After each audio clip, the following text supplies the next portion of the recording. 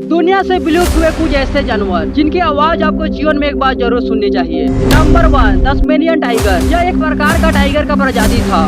यह दिखने में बिल्कुल कुत्ते या लोमड़ी के जैसा दिखाई देता था, लेकिन दुख की बात तो यह है साल 1936 में यह प्राणी दुनिया से विलुप्त हो गया। यह रही इसकी रियल आवाज। Number 2, quagga.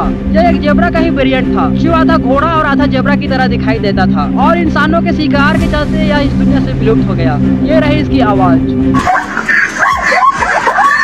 Number 3, megatherium. ये आधुनिक स्लॉथ जानवर के जैसे ही थे, इसलिए स्लॉथ जानवर के पूर्वज भी कहते हैं, जो आज से 10,000 साल पहले ही जलवायु में परिवर्तन के कारण और मनुष्यों के शिकार के कारण विलुप्त हो गए। ये रही इसकी रियल आवाज।